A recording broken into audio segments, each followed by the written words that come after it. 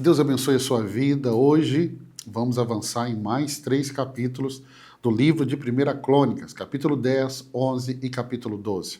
Vamos para o capítulo 10. Capítulo 10 agora está nos mostrando detalhes de como foi a morte de Saul. Quem era Saul? Vamos lembrar? O primeiro rei de Israel. O primeiro rei de Israel, que foi ungido, mas no processo, no caminho, ele foi rejeitado. Rejeitado por não obedecer ao Senhor. Quando você vai lá em 1 Samuel, capítulo 9 em diante, você vê o chamado de Saul, você percebe que Saul tinha um problema muito grande com a sua baixa estima. Apesar de ser um homem bonito, alto, destacava do ombro, ele preocupava muito com a opinião dos outros. Muito, muito, muito. E o capítulo 10, ele traz para mim e para você o registro trágico do fim de Saul. Ele é o primeiro rei de Israel. Mas ele não apenas morre, mas seus filhos vão morrer junto com ele. Isso acontece durante uma derrota dos filisteus. Deixa eu ler com você o verso 4. Então Saul ordenou ao seu escudeiro: tira a sua espada e mata-me, senão sofrerei a vergonha de cair na mão desses incircuncisos. Aqui eu começo a observar algo que você vai ver em 1 Reis, quando Saul é chamado, quando Saul é rejeitado.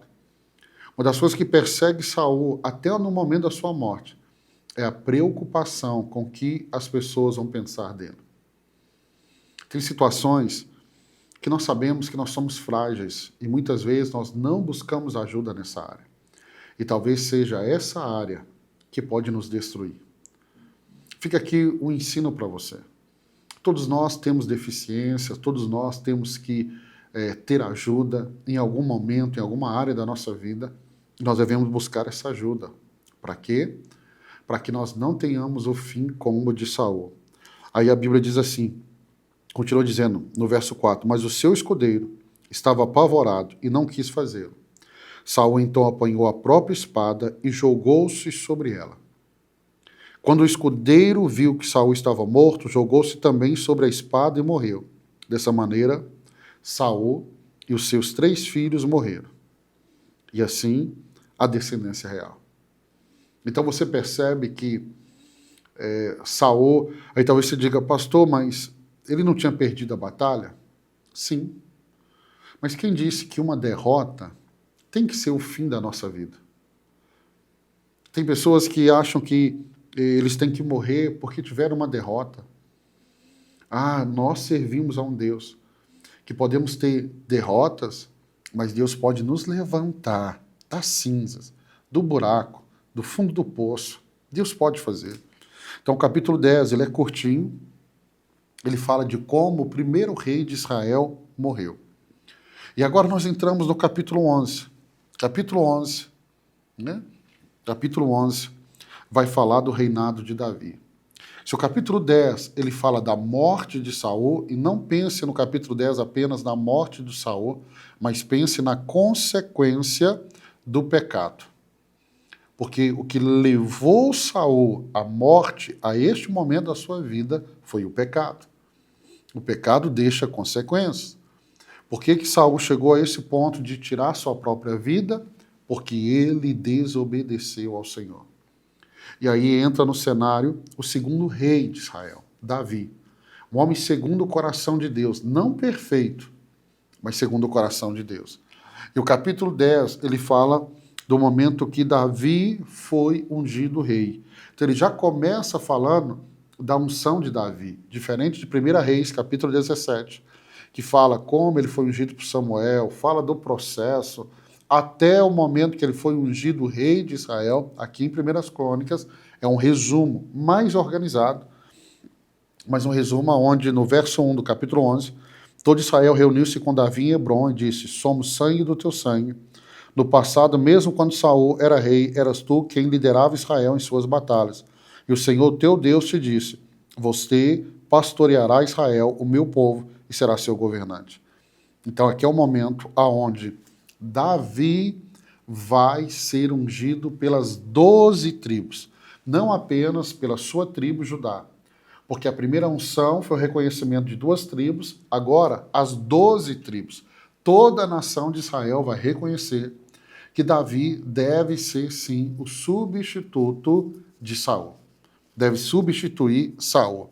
E aí nós vamos vendo que a Bíblia vai falar da conquista de Jerusalém. Eu particularmente gosto muito desse texto. Davi e todos os israelitas marcharam para Jerusalém, que é Jebus. Os jebuseus, habitantes da cidade, disseram a Davi: você não entrará aqui. No entanto, Davi conquistou a fortaleza de Sião, a cidade de Davi. Esse momento aqui é muito importante porque é o momento que Davi conquista a fortaleza dos jebuseus, fortaleza essa que nunca havia sido conquistada, mas foi conquistada por Davi. Você imagina se Davi olhasse para aquela fortaleza e pensasse: olha, ninguém conseguiu, eu não vou nem tentar.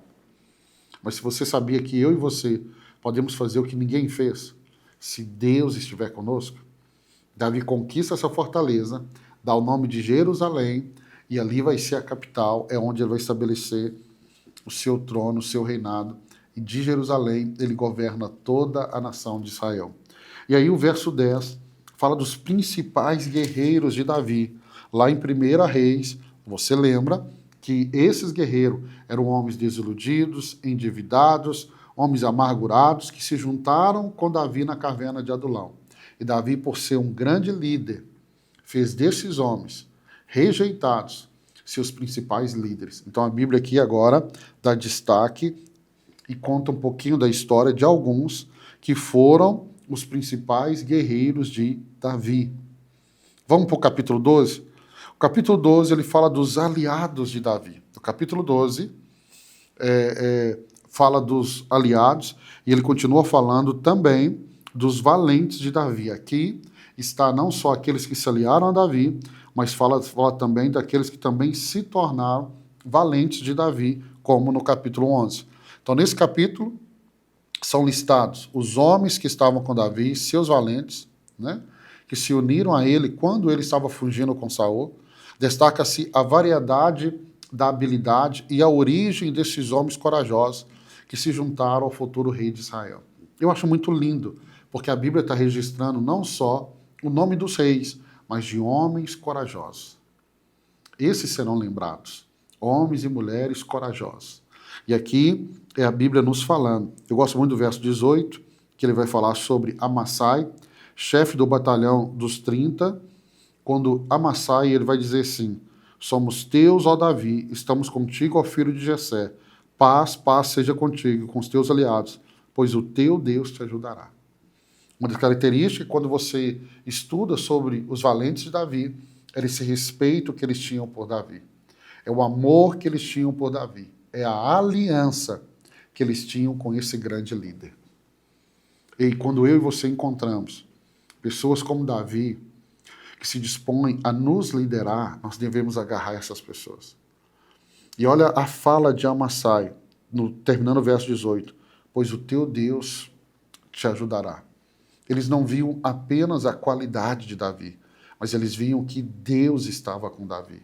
E talvez essa seja a grande questão, o grande porquê que levaram esses homens a permanecerem com Davi. Então, o capítulo 12 traz isso. Para terminar, né, o verso de número 18, deixa eu ler o verso 18 aqui. Então o Espírito veio sobre Amasai, chefe do batalhão dos 30. O Espírito Santo veio. Velho Testamento, o Espírito Santo vinha sobre reis, sacerdotes, profetas e sobre pessoas de forma muito específica para uma obra específica. Então aqui vemos o Espírito Santo sendo algo importante, não só na vida de Davi, mas daqueles que estavam em volta de Davi, dos seus guerreiros. Por isso que esses homens conseguiram fazer coisas extraordinárias. Então, assim como Davi foi capacitado pelo Espírito Santo, muitos dos seus homens também foram capacitados. Por isso guerrearam, por isso venceram, e aqui fica um ensino para mim e para você. Vai caminhar? Caminhe dependendo do Espírito Santo.